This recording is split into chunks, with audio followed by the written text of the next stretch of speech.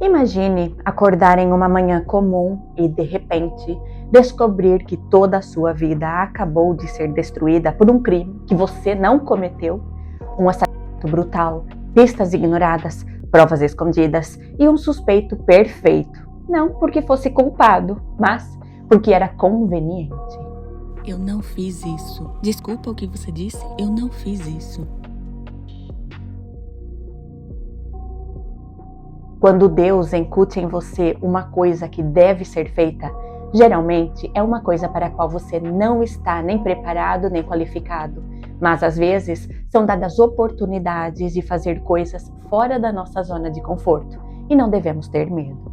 Este é o caso de Michael Morton, uma das histórias mais chocantes de erro judicial da história americana. Um homem arrancado da própria família, um promotor que silenciou verdades essenciais e um assassino que ficou livre para continuar a agir. Isso tudo culminou em uma luta quase impossível para recuperar a liberdade. Prepare-se, o que você está prestes a conhecer não é apenas um crime, é um labirinto de segredos, injustiça e reviravoltas que vão prender sua atenção até o último segundo.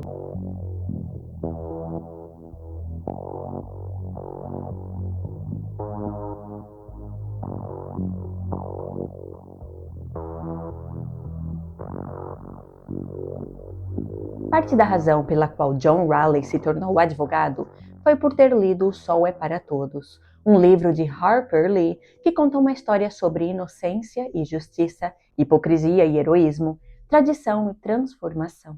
A obra retrata a história de Atticus Finch, um advogado branco que defende um homem negro contra uma acusação de estupro imerecida e seus filhos contra o preconceito. John Raleigh trabalhou 20 anos como advogado na esfera civil e, apesar de nunca ter feito nada na esfera criminal, tinha dentro de si o desejo de um dia ter em suas mãos o poder de aplicar um grande golpe de justiça. Ele estava absolutamente despreparado para a profundidade do poder e da arrogância dos membros do gabinete do procurador distrital do condado de Williamson. E o que estava por vir mudaria completamente o rumo de muitas vidas e histórias.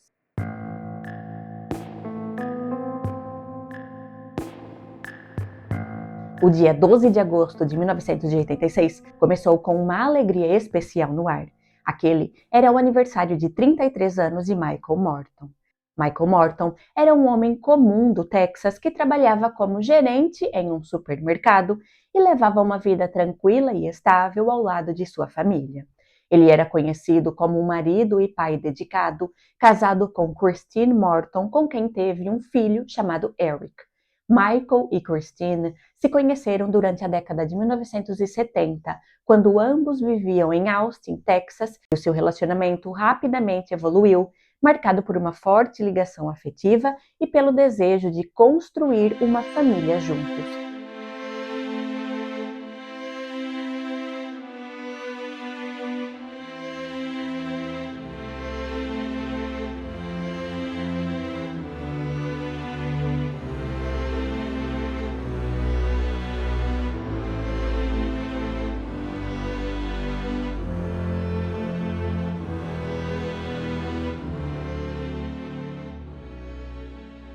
Michael levava uma típica vida de classe média, voltada para o trabalho, a família e o futuro do casal. Em 1986, Michael, Christine e Eric, de 3 anos, viviam em uma casinha no norte de Austin. A casa tinha uma pequena varanda que o próprio Michael construiu e no quintal ficava o cachorro de estimação da família. Naquela noite, a família foi a um restaurante para comemorar o aniversário de Michael. Eles jantaram juntos, comeram bolo e foram para casa. Sendo o aniversário dele, ele queria um pouco de romance com Christine. Mas a mulher de 31 anos colocou Eric para dormir e, ao entrar no quarto do casal, disse a Michael que estava muito cansada. Ela o beijou e disse-lhe: "Amanhã à noite, meu amor." Na manhã seguinte, Michael levantou-se às 5 da manhã, deixou no espelho do banheiro um bilhete para Christine e saiu por volta das 5h30 e picou seu cartão no supermercado onde trabalhava como gerente às 6 da manhã. Se você acha que a vida não pode mudar completamente de forma absurdamente rápida e inesperada, você está muito enganado. Naquela manhã, uma vizinha encontrou Eric andando sozinho no jardim da frente. Ele estava com a fralda suja, então a vizinha o pegou e o levou para dentro de casa, chamando por Christine. Segurando Eric pela mão, ela foi andando pela casa, procurando por alguma resposta, até que de repente, o sangue em suas veias gelou. Ela encontrou o corpo de Christine em meio a uma poça vermelha. Apavorada, a vizinha pegou Eric em seu colo e foi correndo ligar para a polícia.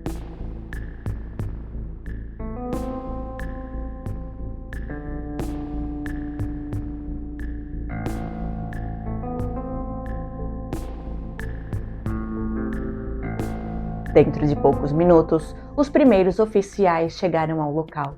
Havia manchas vermelhas e pedaços de carne nas paredes e no teto. John Boutwell, o delegado destacado para o caso, parecia um personagem saído de um filme de faroeste. Ele usava chapéu e botas de cowboy, e o seu prendedor de gravata era uma representação de um par de algemas. Ele começou a vasculhar a casa e fez isso sem ligar para Michael, para dizer que a esposa dele estava sem vida. Ele foi para os fundos e encontrou o corpo de Christine. Ela havia sido coberta por uma mala azul e um cesto de vime. Ele havia usado provavelmente um pedaço de madeira da obra que estava sendo feita nos fundos. Havia pedaços de madeira dentro do que restava de seu cérebro.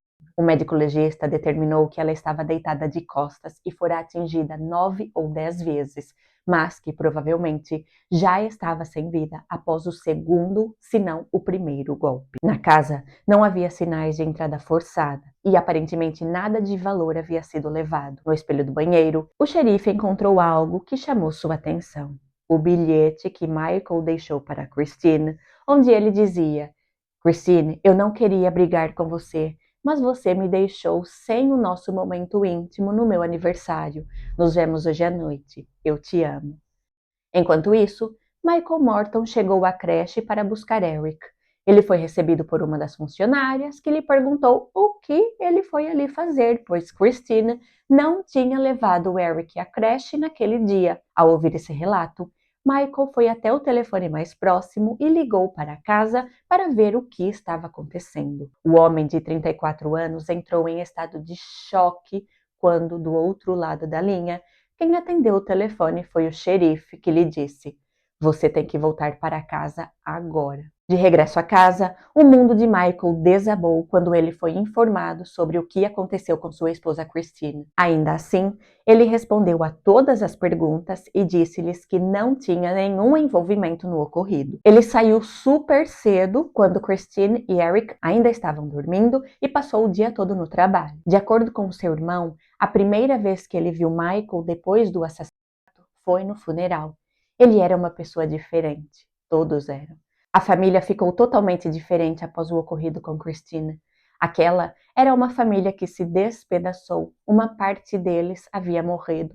Quando a investigação começou, Michael começou a ser interrogado. Os policiais também entrevistaram seus vizinhos, colegas de trabalho e as pessoas que ele conhecia, perguntando que tipo de pessoa Michael era. Ele era o principal suspeito e, para os conhecidos, pensar que ele poderia fazer algo assim com a própria esposa ou com qualquer um deixou todos em choque.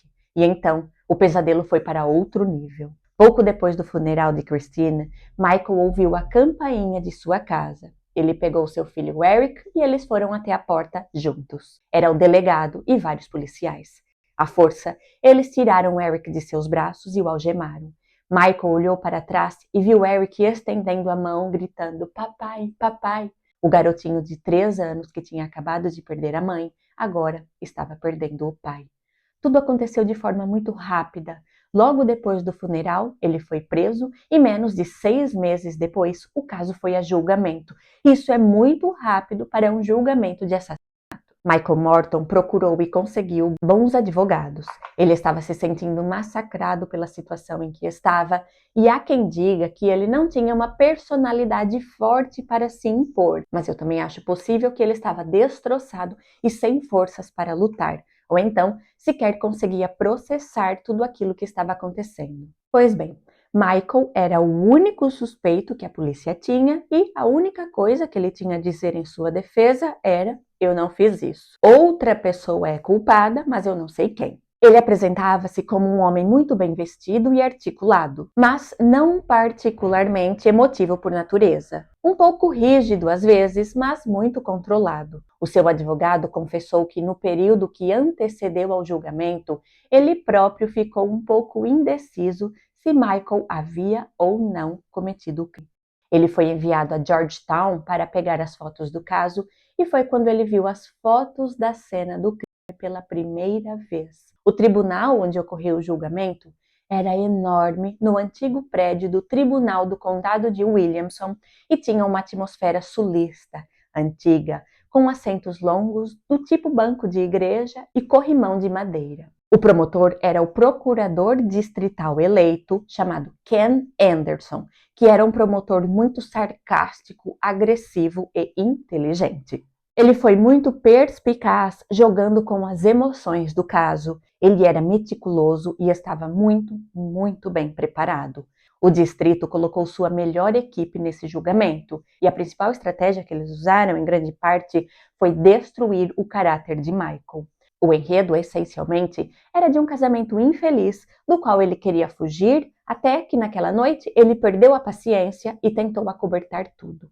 A teoria da acusação era que Michael havia tirado a vida de Christine em um excesso de raiva sexual, porque ela não teve um momento íntimo com ele no dia do seu aniversário, e o bilhete que estava no espelho do banheiro foi o que eles usaram para sustentar essa teoria. Mas havia mais evidências, entre elas um fio de cabelo encontrado na mão de Christine. Durante o julgamento, houve um testemunho de que aquele fio de cabelo era consistente com o de Michael Morton.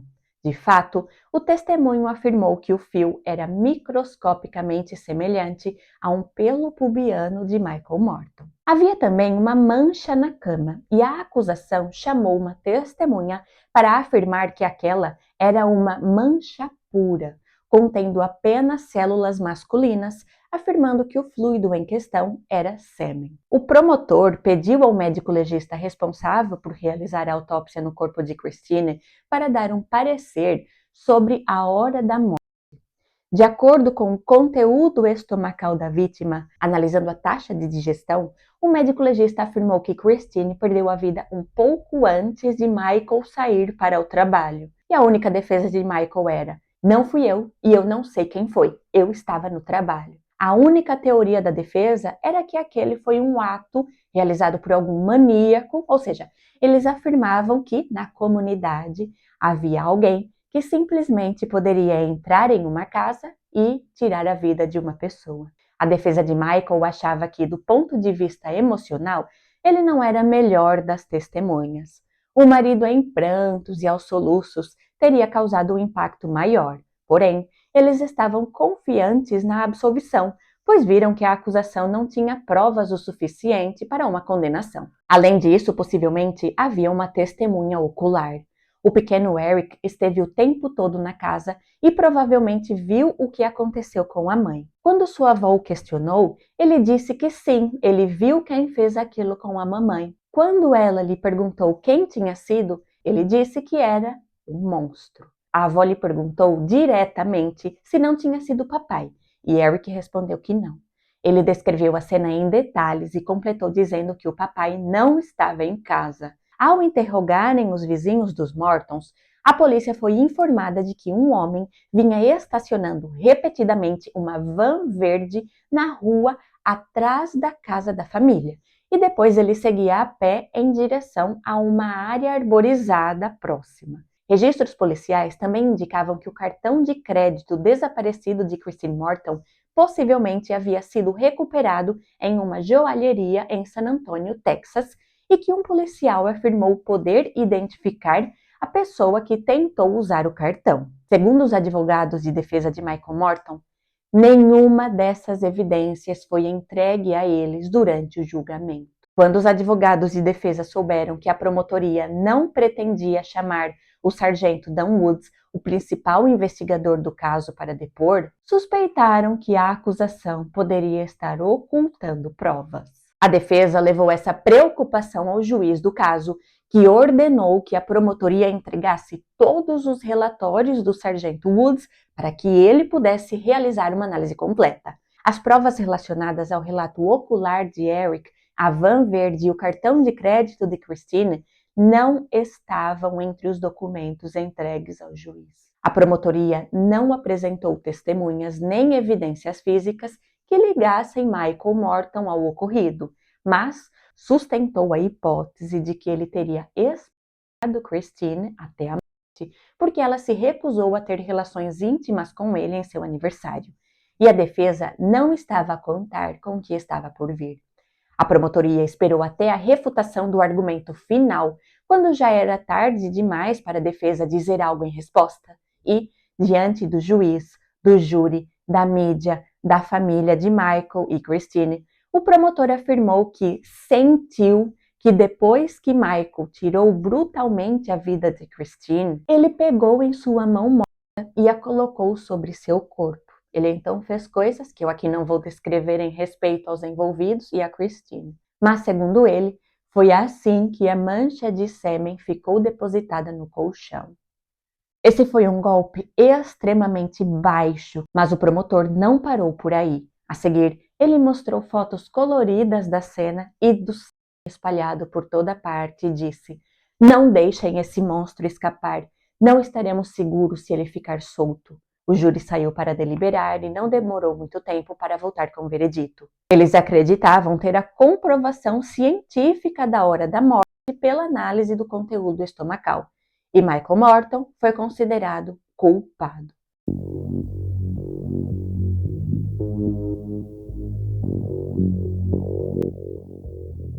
Eu não fiz isso. Desculpa o que você disse, eu não fiz isso.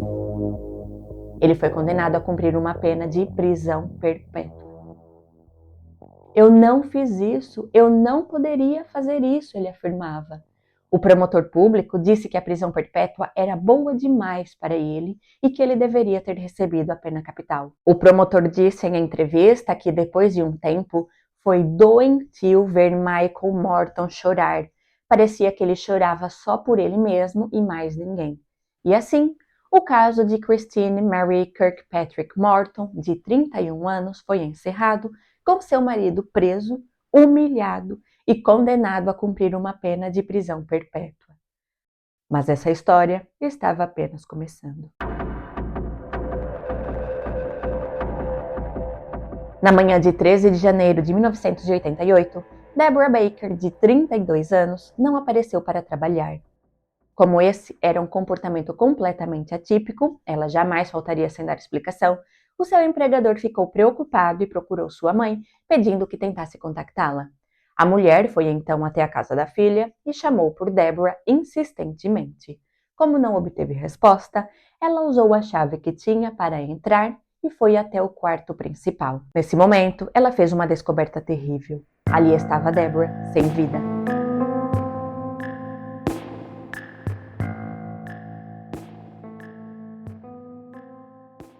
Em entrevista, o irmão de Deborah disse: "Quando chegamos lá, eles já tinham colocado aquela fita.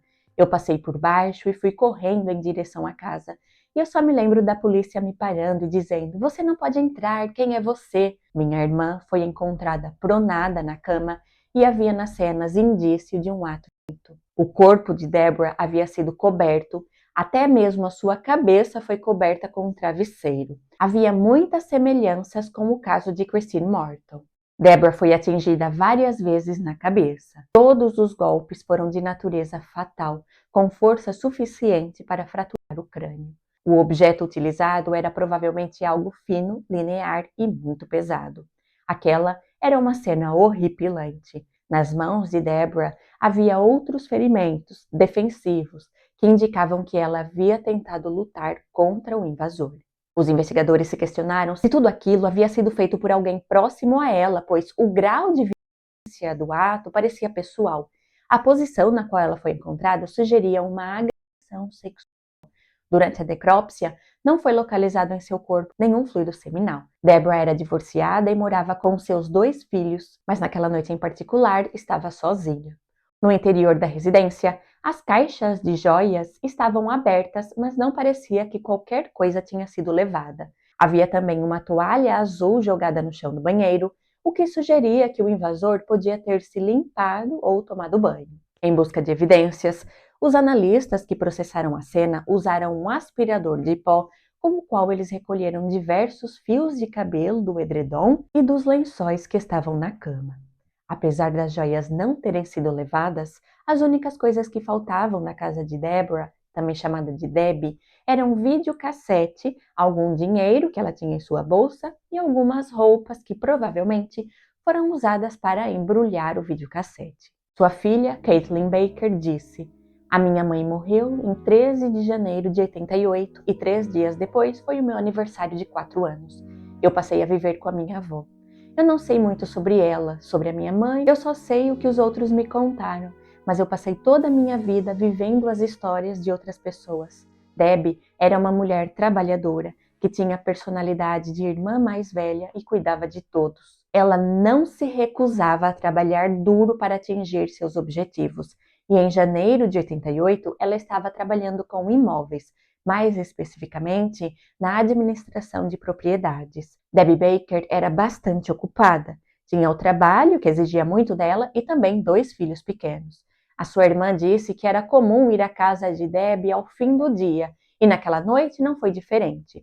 As duas estavam sentadas à mesa, conversando sobre trivialidades, mas aquela noite foi diferente das outras. Havia um clima estranho, um vento gelado que ela nunca tinha sentido antes. Ela então ouviu um barulho e, assustada, perguntou o que era aquilo.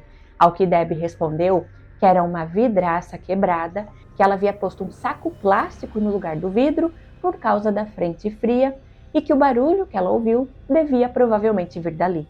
A irmã de Debbie foi embora por volta da meia-noite e sempre pensou que o barulho que ela ouviu vinha do armário. Ela sempre teve a sensação de que ele já estava lá esperando que ela fosse embora.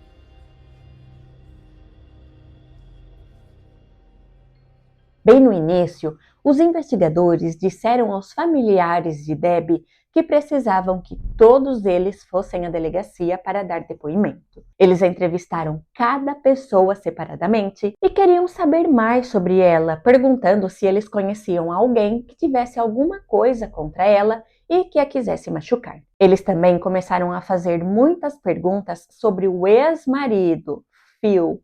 A Debbie e o marido haviam se divorciado, mas tinham a guarda conjunta dos filhos, e ele morava muito perto.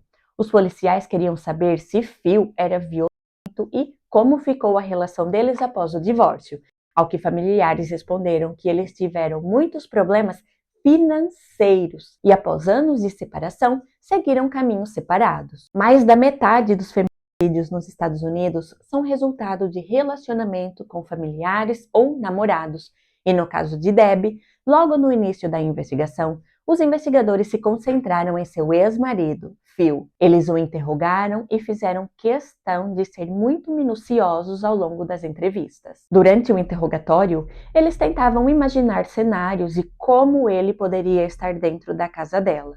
Phil negou tudo.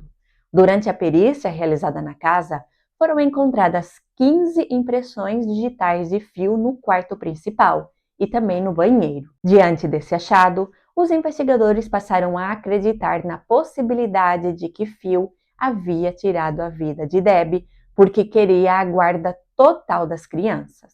Eles solicitaram que Phil se submetesse a um teste do polígrafo e ele concordou. Ele foi bem no teste, que indicou que ele não estava mentindo. Ao ver a pressão dos policiais sobre seu ex-cunhado, a irmã de Debbie decidiu que deveria revelar o real motivo da separação. Ela voltou à delegacia e disse aos investigadores que Phil e Debbie se divorciaram porque o Phil era gay e ele havia se assumido. Eles continuaram a ter uma relação muito amigável e a guarda compartilhada. Cada um ficava com as crianças por uma semana. Ele morava muito perto e estava com as crianças na fatídica noite de 13 de janeiro de 1988. E ela completou afirmando: "Com todo respeito ao Phil, Mas ele não queria os filhos em tempo integral. Ele estava curtindo a vida, ele agora podia namorar e fazer coisas que não podia fazer antes, e não iria tirar a vida da esposa com o objetivo de ter 2 filhos pequenos vivendo com ele a tempo inteiro.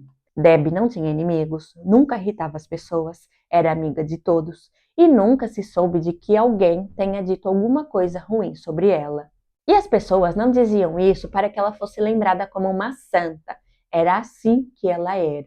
E era impossível imaginar como alguém pudesse estar com tanta raiva dela porque ela foi morta com extrema violência. E foi a partir desse momento que os investigadores decidiram seguir em frente e começaram a investigar outras pessoas. Foi realizada uma investigação no bairro e os policiais também analisaram qualquer outra atividade suspeita que já tivesse sido relatada mesmo antes do ocorrido. Foram identificados 52 suspeitos com quem foram comparadas algumas impressões digitais desconhecidas encontradas na casa, mas não houve nenhuma correspondência. No fim da década de 1980, as análises de DNA no contexto criminal ainda estavam no início e eram extremamente caras. Mas ainda assim, os detetives do caso de Debbie conseguiram que uma amostra fosse submetida a uma análise de DNA. A informação genética obtida através da amostra foi comparada com as dos suspeitos e não houve nenhuma correspondência. Ainda havia esperança, um dispositivo eletrônico, o videocassete, que poderia ser identificado. Os investigadores conseguiram obter o número de série do aparelho e colocaram panfletos em várias lojas de penhores da área para que, se algum funcionário se deparasse com um videocassete fabricado em 1984 com aquele número de série, notificasse a divisão de homicídios. Mas aquele foi mais um beco sem saída. O caso era realmente um mistério e a polícia não tinha mais pistas para seguir. O funeral de Debbie foi uma ocasião estranha para seus familiares, que tiveram que contar com a presença da polícia. Os policiais avisaram de antemão que estariam presentes para analisar quem iria ao enterro, pois existia a possibilidade do algoz de Debbie estar presente. Assim, enquanto tentavam se despedir dela, os familiares ficavam olhando em volta pensando: quem é que está aqui e que poderia ter feito isso com a nossa querida Debbie?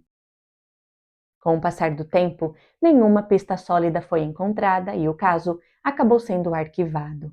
Dizem que quando eu era criança, bem nova, eu começava a chorar chamando a minha mãe, mas eu não me lembro de nada disso. Nada parecia real, mas não se tornou real para mim até que eu completei 18 anos e me formei no ensino médio. E por algum motivo, naquele dia da formatura, eu saí, eu disse: ai, a minha mãe não vai estar lá. E foi quando a ficha caiu, e a partir daí foi uma história diferente.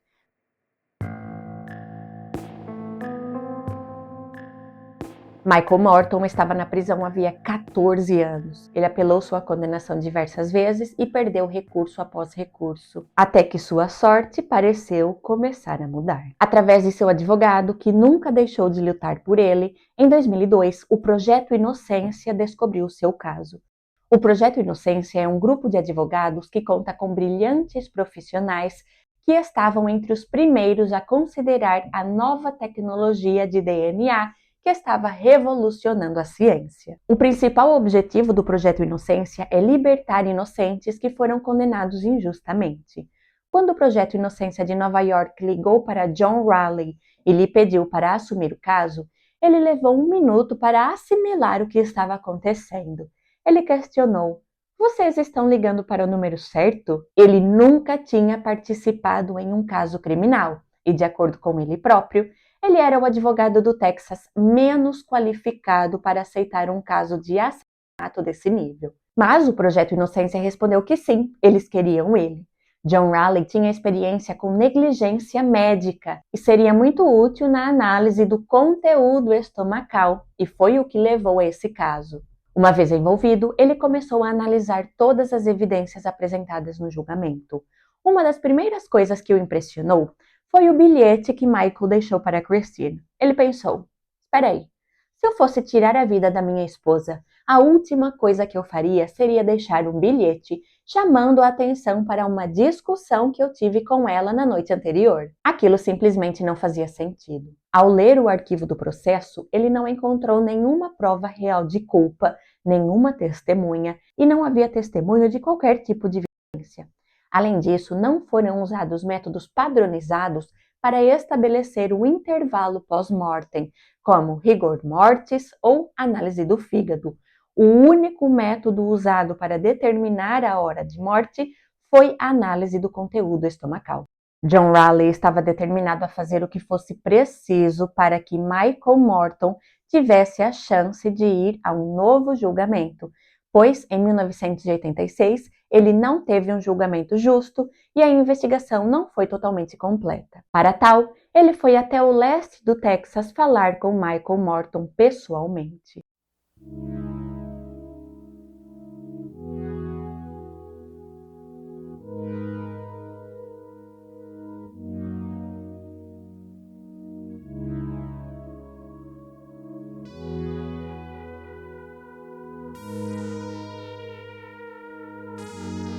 Após uma longa viagem de carro, lá estava ele cara a cara com Michael Morton. Ao vê-lo, o advogado disse: Michael, você tem que me contar exatamente o que aconteceu em 12 e 13 de agosto de 86. Me fale desses 2 dias com o máximo de detalhes que puder. E assim ele fez. Michael disse: depois de um dos dias mais felizes de minha vida, às 5 da manhã, o alarme tocou. Eu tomei banho, me barbeei, me vesti e foi a última vez que eu vi a minha mulher com vida. Michael narrou os fatos exatamente da mesma maneira que ele havia feito durante o julgamento 14 anos atrás. A impressão que John ficou foi que não havia nada sobre Michael que não se traduzisse em integridade e honestidade.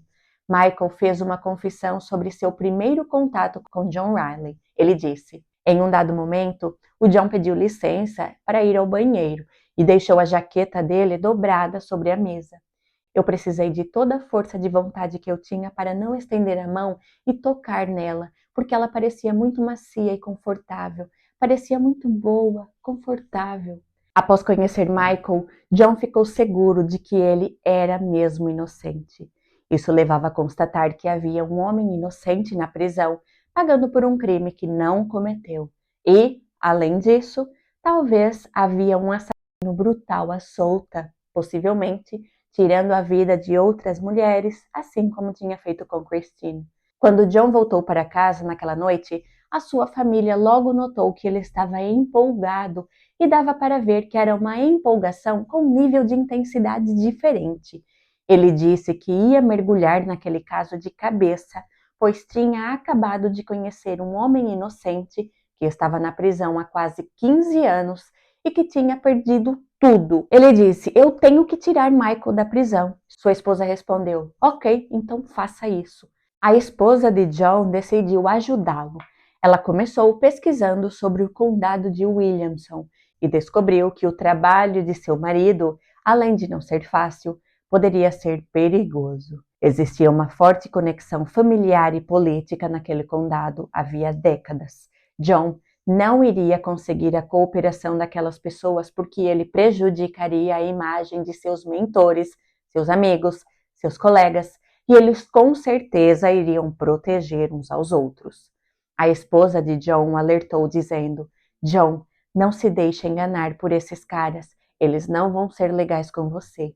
E isso foi muito difícil para John entender, pois não deveria haver uma oposição a uma busca honesta pela verdade. Eles montaram uma equipe pequena e começaram a trabalhar assim que conseguiram ter acesso à lista de provas que ainda estavam arquivadas. Eles verificaram que havia uma bandana manchada de sangue que, de acordo com um registro feito por um dos subdelegados, ele notou que havia uma bandana suja em um meio-fio perto de um canteiro de obras a cerca de 100 metros da casa de Christine Morton, mas ele não a pegou porque parecia que ela estava lá há muito tempo. Mas o irmão de Christine Morton, que estava muito descontente com o trabalho da equipe investigativa, fez a sua própria busca. Ele encontrou a bandana, pegou-a, levou-a para sua casa, colocou-a em um saco plástico antes de levá-la até a delegacia. Ele praticamente forçou os policiais a registrarem a bandana como prova. e notou que havia sangue nela, mas ela foi simplesmente colocada em um saco e ignorada. Naturalmente, John Raleigh e seu time queriam enviar a bandana para que o sangue nela depositado fosse submetido a um teste de DNA. Era possível que ali estivesse depositado o sangue de Christine misturado com o suor contendo células epiteliais de seu agressor. E assim, o foco do caso se tornou a bandana azul, uma pequena cápsula do tempo esperando para ser testada. John mandou uma jovem que fazia parte do seu time, Jack, meio que furtivamente falar com um funcionário do tribunal.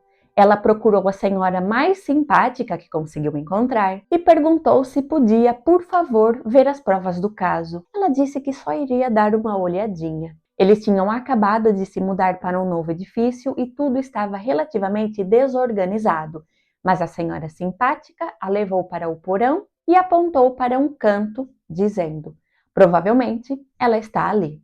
E ela simplesmente deixou Jack ali no porão, em meio a caixas e caixas. Após uma busca atenta, Jack verificou que a bandana azul não estava lá. Ela tinha que estar guardada em outro lugar. Ela foi então até a delegacia e quando falou com os policiais, eles riram. Não, você não pode ver as evidências. Claro que havia ali uma zona cinzenta e em fevereiro de 2005, eles apresentaram um pedido para que a bandana fosse submetida a uma análise de DNA e esperaram ansiosos por uma resposta. Mas eles esperaram, esperaram e esperaram. O promotor público ignorou o pedido e eles continuaram a insistir. Enquanto isso, um homem inocente passava a vida em uma jaula. O promotor público tinha convencido a família de Christine de que Michael era culpado. Eric foi criado pela irmã de Christine, acreditando que o seu pai havia tirado a vida de sua mãe. Michael recebia visitas de Eric que eram ordenadas pelo tribunal. Eric era levado ao presídio a cada 6 meses e, segundo Michael, aquelas visitas eram como o oxigênio que enchiam seus pulmões. Ele amava ver o filho, mas também notava que, conforme o tempo passava e Eric crescia, ele foi ficando cada vez mais distante. Quando Eric ficou um pouco mais velho, já entrando na adolescência, Michael recebeu uma carta dele dizendo que gostaria de suspender as visitas. Michael pensou a respeito, pesou os prós e os contras e escreveu a Eric dizendo: está bem, eu vou realizar o seu desejo, mas você tem que vir aqui, me olhar nos olhos e me dizer isso. Na visita seguinte, Michael cumprimentou o filho e lhe perguntou se aquela era a última visita. Eric não olhou em seus olhos, apenas afirmou que sim, era a última. Michael disse: com todas as coisas ruins que aconteceram, o assassinato da minha esposa, a minha prisão, condenação, a minha prisão perpétua, tudo isso não acabou comigo e eu pensei que eu era durão, que podia aguentar. Mas, quando eu perdi o Eric, isso me destruiu.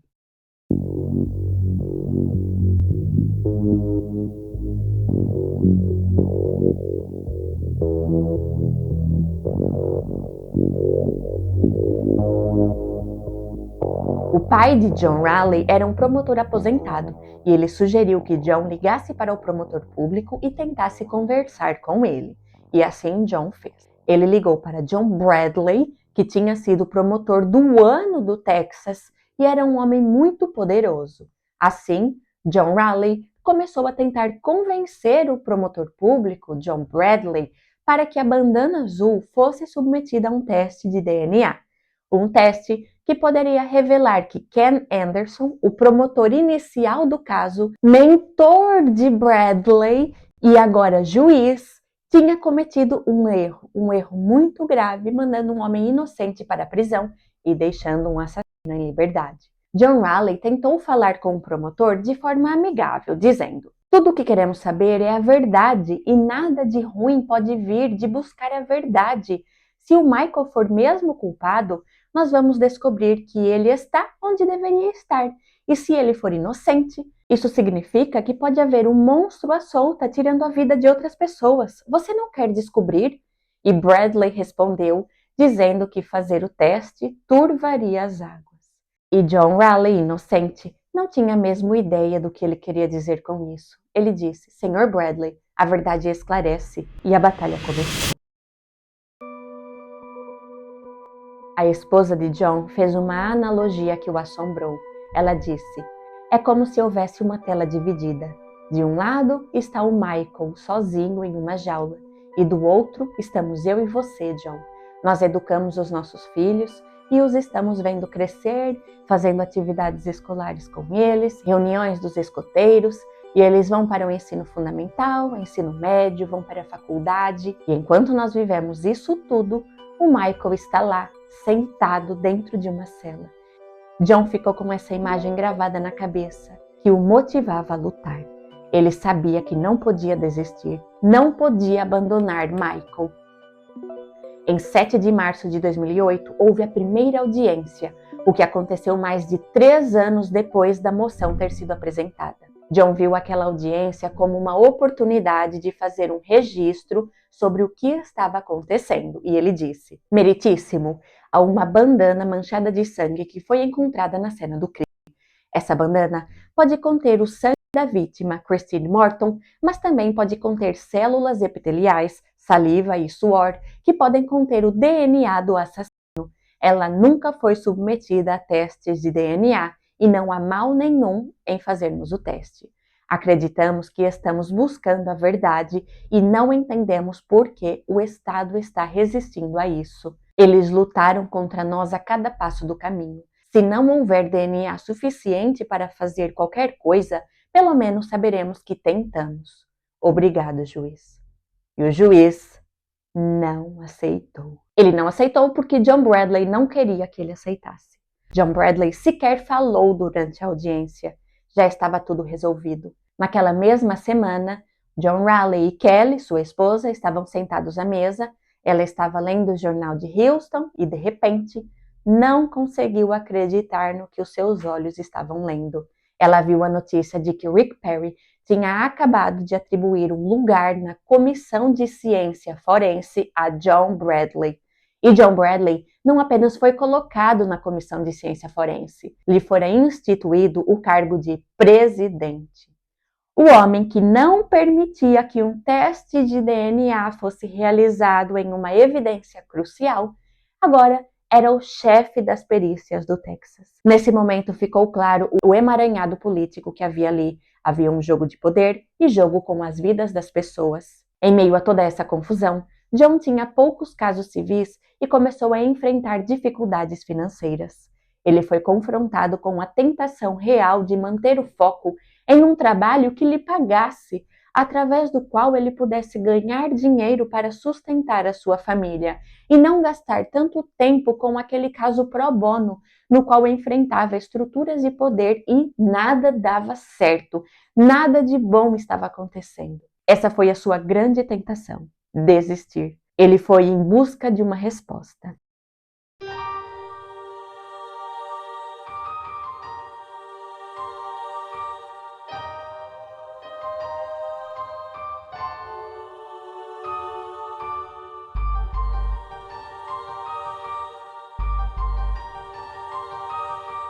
John começou a orar cada vez mais, pedindo por orientação e direção. E a resposta era sempre: continue em frente, não desista. Ele, mais uma vez, tentou falar com o promotor público John Bradley e, dessa vez, o promotor estava disposto a fazer um acordo. Ele disse que permitiria que fosse testado o fio de cabelo que estava na mão de Christine, se eles desistissem de todo o resto, incluindo a bandana azul. John respondeu: vocês acham que nós somos burros assim? O cabelo provavelmente é do Michael. Os dois dormiam juntos naquela cama. É muito provável que o fio de cabelo seja de um deles. A chave desse caso é a bandana azul. Se o senhor não nos vai deixar testar a bandana, então eu não tenho mais nada a dizer. O promotor Bradley respondeu: ok, então nós terminamos. Talvez porque John Raleigh tivesse dirigido por horas para ter aquela conversa, talvez porque ele estava cansado e frustrado, ele não conseguiu se conter e gritou para quem quisesse ouvir: do que o senhor tem medo? E se fosse o senhor, o que o senhor faria se o resultado dessa análise de DNA mostrasse que outra pessoa tirou a vida de sua esposa e não o senhor?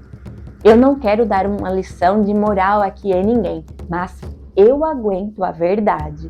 E o senhor? John Raleigh então se virou e foi embora. Ele chegou a casa tão, mas tão nervoso naquele dia e com a pressão arterial tão alta que sua esposa Kelly tinha certeza que ele ia ter um ataque cardíaco ou algo do gênero. Ela pensou: esse caso vai matar o meu marido. Alguns dias depois, num sábado de manhã, o telefone de John tocou. Do outro lado da linha estava Michael Morton, sempre composto e eloquente. Ele disse: Olá, John. Estou ligando para avisar que eu terei outra audiência de condicional. John respondeu que aquilo era ótimo e perguntou qual era a pegadinha. John não estava preparado para a resposta de Michael. Michael disse que ele poderia sair em liberdade se declarasse culpado de assassinato. John era um defensor da verdade e ele sabia que Michael era inocente, mas ele estava preso há 22 anos. Seus pais eram idosos e ele não sabia onde o filho estava. Quem o repreenderia se ele dissesse: Ok, eu sou o culpado, sinto muito, agora me deixem sair? John perguntou: O que você vai fazer, Michael? E Michael respondeu: Eu perdi exatamente tudo. A única coisa que me resta é a minha inocência. Se eu tiver que ficar na prisão o resto da minha vida, eu não vou abrir mão dela, da minha inocência. Michael afirmou que não tinha prometido a Deus que não mentiria para sair, mas ao ser confrontado com a proposta, ele pensou: não, eu não vou mentir. Ao ouvir isso, John sentiu uma onda de emoção e disse para Michael: eu nunca vou desistir de você. Enquanto eu estiver respirando, eu vou lutar para tirar você da prisão.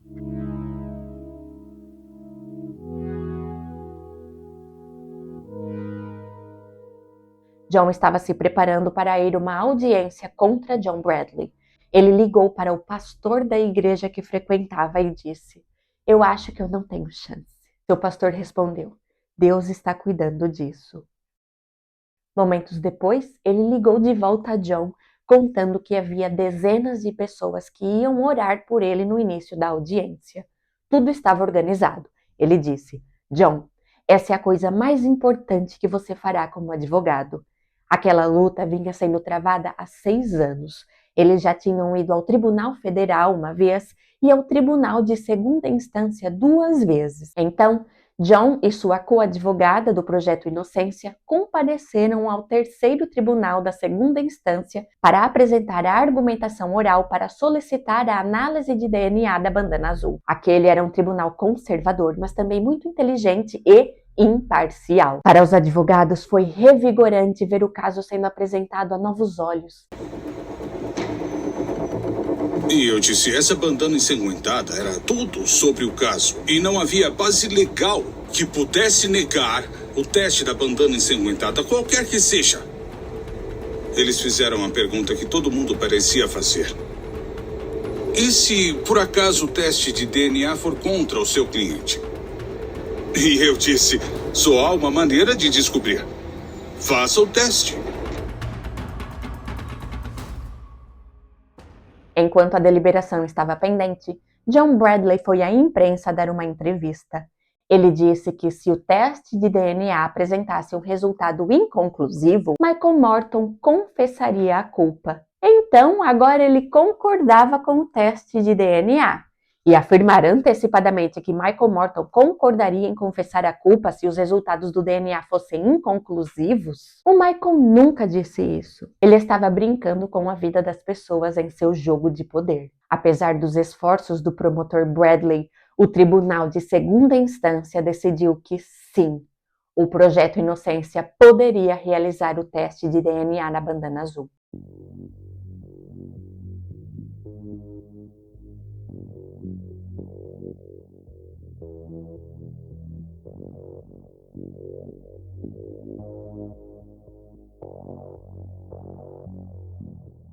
Em junho de 2011, o primeiro grupo de resultados do teste de DNA chegou e foi revelador.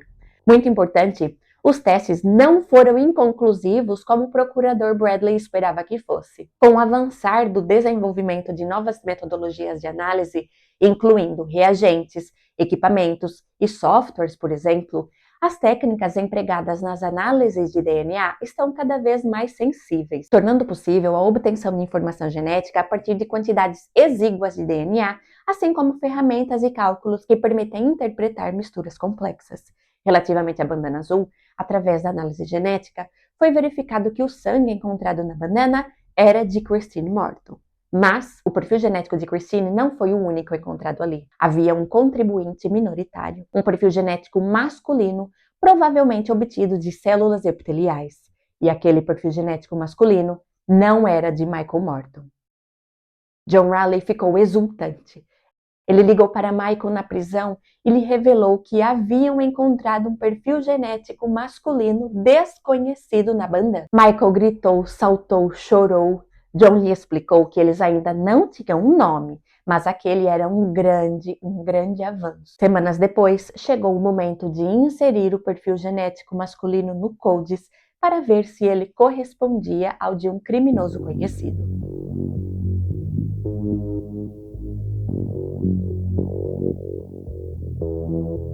E uma correspondência foi encontrada. O DNA presente na bandana era de Mark Alan Norwood, um homem com uma extensa ficha criminal que passou anos entrando e saindo da prisão. Um assassino estava nas ruas enquanto um homem inocente estava na prisão há um quarto de século. Mas ainda assim, o procurador Bradley continuou lutando contra a soltura de Michael, dizendo que a bandana de nada importava e que Michael era o verdadeiro culpado. Em setembro de 2011, o Projeto Inocência usou a Lei da Liberdade de Informação e conseguiu acesso a todos os documentos originais do processo. Os documentos estavam selados há 25 anos. A solicitação de acesso ao arquivo completo do promotor pela Lei de Liberdade de Informação foi um divisor de águas e mudou tudo. Quando eles finalmente conseguiram ver o que ele continha, atestaram que a prova da inocência de Michael estava no arquivo do promotor público há 25 anos. Do lado de fora da casa dos Morton, havia uma grande pegada na lama e ninguém fez um molde de gesso dela. Também havia impressões digitais de alguém estranho na porta de vidro de correr e ninguém nunca analisou aquelas impressões. Além disso, lá estavam os relatos de diferentes vizinhos afirmando que tinham visto um homem estranho em uma van verde nos dias anteriores ao ocorrido com Christine, e ele estava exatamente na área onde a bandana azul foi encontrada. A outra prova que foi ocultada é de cortar o coração. Lá estava o relato da mãe de Christine, que descreveu em detalhes o que aconteceu no funeral da filha. Eric lhe disse: "Vovó, a mamãe está chorando." Ela disse: "Para com isso, vai embora." "Por que ela está chorando, Eric?" "Porque o monstro está ali." "E o que ele está fazendo?" "Ele bateu na mamãe." "A mamãe ainda está chorando?" "Não, a mamãe parou." "O monstro pôs a mala azul em cima da cama, ele está bravo." "O monstro machucou a mamãe?" "Sim." "Mamãe, vai para o hospital." "E por onde ele foi embora?" "Pela porta, a porta da frente." A seguir, vem a pergunta crucial. E onde estava o papai? O papai estava lá? Não, a mamãe e o Eric estavam lá. Isso estava no arquivo e eles esconderam da defesa. Eles sabiam que ele era inocente e mandaram um homem inocente para a prisão por toda a vida e deixaram um monstro que matou sua esposa livre para matar novamente. John tinha um pequeno escritório de advocacia e todos estiveram envolvidos no caso de uma forma ou de outra, tentando o ajudar, incluindo sua esposa. Nessa altura, eles estavam procurando casos arquivados no condado de Travis e Kelly estava descendo pelas páginas até que ela encontrou uma mulher que se parecia com Christine Morton. Ela era Deborah Baker, espancada até a morte em sua casa meses após o mesmo ter ocorrido com Christine Morton. Kelly descobriu que Mark Norwood vivia próximo à casa de Deborah. Ela comparou os endereços e viu que a casa de Mark ficava a uma rua de distância da casa de Debbie, e os fundos das duas casas meio que ficavam de frente um para o outro, na diagonal. Kelly disse: "Meu Deus, nós temos que contar isso para a polícia." Deborah Jean Baker vivia no condado de Travis, uma jurisdição diferente, com pessoas em quem talvez eles podiam confiar. John marcou uma reunião com o promotor público do condado de Travis para falar sobre as similaridades entre o caso de Deborah e o de Christine. Aquele era um dia de verão extremamente quente. John teve que caminhar quase 1 quilômetro sob o sol escaldante do Texas e chegou ao gabinete do promotor completamente encharcado de suor. E lá estavam pessoas gentis que o cumprimentaram e o levaram para a sala de reuniões. Ficou claro para eles que John acreditava piamente que Michael Morton era inocente, e ao ouvir o seu relato sobre tudo que eles vinham enfrentando, toda a luta contra a verdade, isso deixou a equipe do promotor do condado de Travis em choque. Eles foram verificar que evidências haviam sido armazenadas do caso Deborah e constataram que havia pelos pubianos encontrados no edredom rosa e na toalha azul que estava no banheiro. Os itens foram enviados ao laboratório para uma análise de DNA. Dos itens, foi obtido um perfil genético que correspondia ao de Alan Norwood. Com o auxílio da genética forense, Alan Norwood fora finalmente conectado aos 2 casos. A família de Deborah recebeu a notícia de que Ken Anderson faria uma coletiva de imprensa e sua filha disse: "Eu tenho que ir." Lá, ela se encontrou com a sua tia e havia uma pequena multidão, principalmente de repórteres. Há 25 anos, nesse mesmo tribunal, Michael Morton foi condenado pelo assassinato de sua esposa. O veredito do júri foi baseado nas evidências que tínhamos na época. Testes de DNA não estavam disponíveis, agora estão. Em retrospectiva, o veredito estava errado. O Sr. Morton era e é inocente do ocorrido com sua esposa. Foram feitas várias alegações sobre a conduta profissional dos promotores, inclusive de mim, nesse caso. No meu coração, sei que não houve qualquer má conduta. 25 anos depois, obviamente, eu não consigo recordar detalhes específicos do julgamento, incluindo a fase de descoberta pré-julgamento e as conversas que tive com os advogados do Sr. Morton antes e depois. Mas pude revisar as transcrições e os documentos do processo. E com base nessa revisão, acredito que os promotores cumpriram integralmente todas as ordens do tribunal e a legislação sobre descoberta pré-julgamento vigente em 1987. Minha esperança e minha oração é que o Sr. Morton consiga seguir em frente com sua vida após esses acontecimentos incrivelmente trágicos.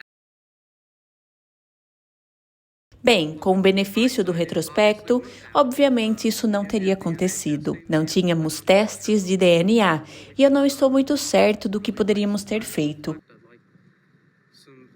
Eu realmente gostaria de algum tempo para refletir.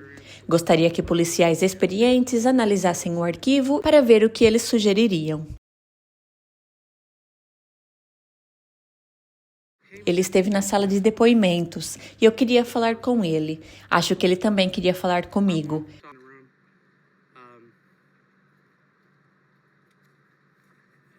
Havia muitos advogados na sala. Nesse ponto, acho que temos advogados demais envolvidos para que coisas assim aconteçam. Bem, eu vou manter isso privado, mas ele enviou uma mensagem para mim através do meu advogado e, sinceramente, suas palavras foram gentis e generosas. A filha de Deborah disse: "Ele deu um monte de desculpas para o fato de ele ter deixado o assassino da minha mãe livre. Se ele se sente mal, por que não renuncia? Se aposenta. Tudo o que fazemos tem consequências, e uma das consequências do que ele fez foi deixar um assassino à solta. Você não pode ficar falando e se para a vida toda, mas se Michael Morton não fosse o único suspeito no caso Christine, talvez a minha mãe ainda estivesse viva. Se ele tivesse feito o trabalho dele, a minha mãe estaria viva." Possivelmente, se os envolvidos na investigação do caso Christine tivessem seguido as pistas, Alan Norwood poderia ter sido apanhado poucas semanas depois e o seu caminho não teria se cruzado com o de Deborah Baker. Com tantas revelações feitas, a promotoria já não tinha forças para lutar contra a verdade. A opinião pública estava se virando totalmente contra eles. A mídia estava noticiando as correspondências de DNA e as pessoas se perguntavam por que Michael Morton ainda estava preso. O promotor John Bradley evitava responder a perguntas sobre o caso. E, finalmente, o advogado John Raleigh e sua equipe conseguiram negociar a libertação de Michael Morton.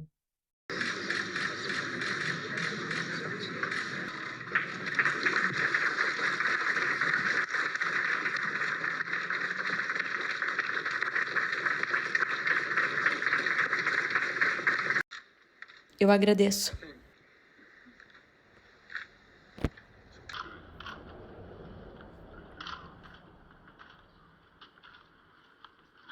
Eu agradeço a Deus por eu não ter sido condenado à pena de morte. Eu só peguei prisão perpétua, o que deu a esses santos aqui do Projeto Inocência tempo para fazer isso. Eu tenho que agradecer a eles e ao juiz Horrell. Eu também agradeço a todos vocês por estar dando a esse caso a atenção que ele merece e precisa. Eu agradeço por várias coisas, as quais eu não consigo mencionar agora. Eu tenho que dizer que esse é um dos dias mais felizes da minha vida. Eu agradeço a Deus por isso. Eu quero agradecer ao Bill Allison por nos ter colocado em contato com o Projeto Inocência, que fez um trabalho tremendo. Eu agradeço ao Barry Scheck, a Nina, que trabalhou tão duro por nós. Muito obrigada, Nina. E eu também quero agradecer ao John Raleigh, que colocou o seu coração e a sua alma nesse caso. E eu amo por isso. Que Deus o abençoe. Que Deus abençoe todas essas pessoas que trabalharam tão duro. Obrigada. Bem, eu não consigo dizer nada melhor do que a minha esposa já disse. Nós estamos tão gratos pela verdade finalmente ter vindo à tona. E nós estamos felizes, felizes, felizes. Eu quero falar sobre a honra e a integridade desse homem. Eu pedi a sua autorização para contar uma história. Alguns anos atrás, foi-lhe dito informalmente que se ele simplesmente demonstrasse ter remorso por ter cometido esse crime, ele provavelmente sairia em liberdade condicional. E historicamente nós sabemos que isso é verdade em casos como esses. Eu sinceramente não sei o que eu teria respondido depois de ter passado tanto tempo na prisão, 23, 24 anos. Este homem disse: tudo o que me resta é a minha verdadeira inocência. E se eu tiver que passar o resto da minha vida na prisão, eu não vou desistir dela. E é esse homem que eu venho servindo com alegria há 6 anos, com esse time ao meu lado. Eu quero que vocês saibam disso, eu quero que vocês saibam quem ele é. E a sua história precisa ser contada.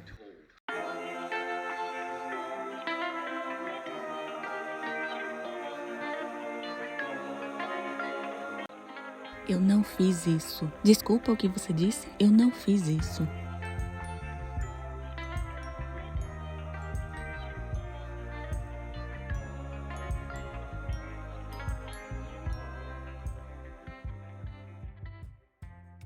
No dia da libertação de Michael, John o convidou para jantar. Naquela noite, quando se sentaram à mesa, Michael disse que queria comer um filé, e John ficou ali olhando para ele, incerto com o garfo e a faca. John lhe perguntou se estava tudo bem, ao que Michael respondeu que estava apenas tentando se lembrar como se fazia aquilo, pois ele não usava um garfo e uma faca há 25 anos. Quando John lhe falou sobre celular, ele disse: "Ah, eu ouvi falar disso. Eu vi que até dá para mandar foto. Uma loucura, né?" Ao que John lhe respondeu: "Michael, você pode mandar um filme." Uma procuradora-geral assistente do estado do Texas foi chamada para processar o caso.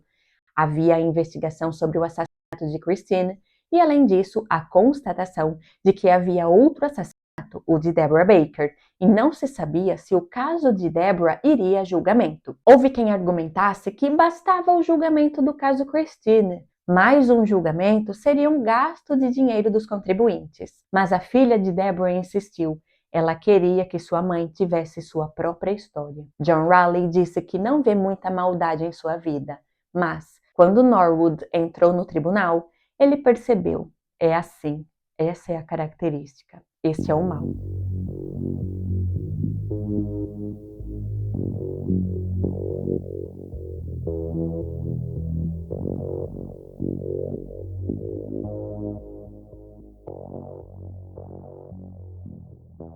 Quem fosse julgar Mark Norwood por um dos casos, provavelmente iria querer que o júri soubesse sobre o outro, porque isso ajudava a entender que ele era o verdadeiro culpado. Foi necessário provar todo o caso do assassinato de Deborah Baker durante o julgamento do caso de Christine. Essencialmente, foram feitos 2 julgamentos em simultâneo.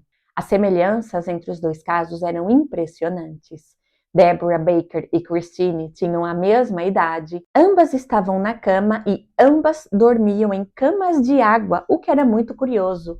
Ambas foram assassinadas no dia 13, ambas foram assassinadas em uma quarta-feira, nas primeiras horas do dia.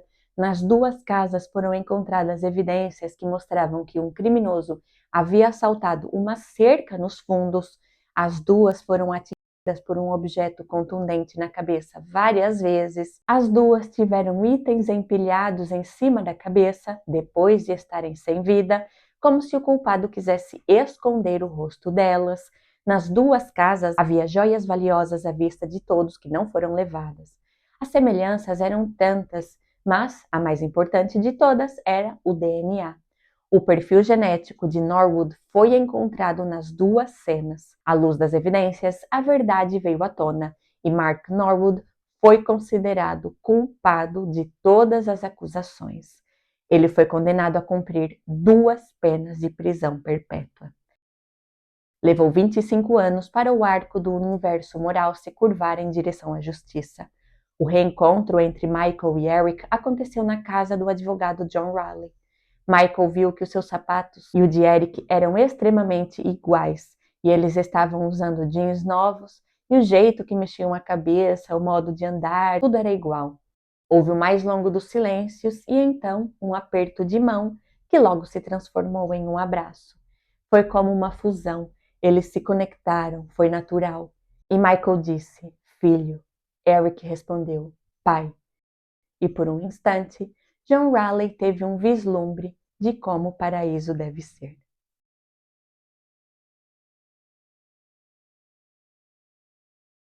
Ken Anderson foi o responsável por conduzir a acusação contra Michael Morton no julgamento original. Décadas depois, descobriu-se que ele suprimiu provas essenciais que apontavam para a inocência de Michael e indicavam a presença de um intruso. Ele foi investigado por má conduta profissional.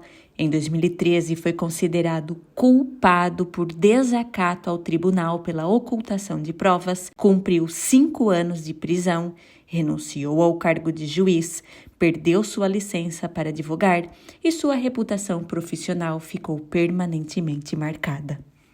John Bradley não participou do julgamento original, mas foi o promotor que, durante anos, resistiu aos pedidos de testes de DNA solicitados pela defesa de Michael e pelo Projeto Inocência. Ele sofreu forte pressão pública e críticas por ter atrasado o progresso do caso e, em 2012, perdeu a reeleição como promotor distrital.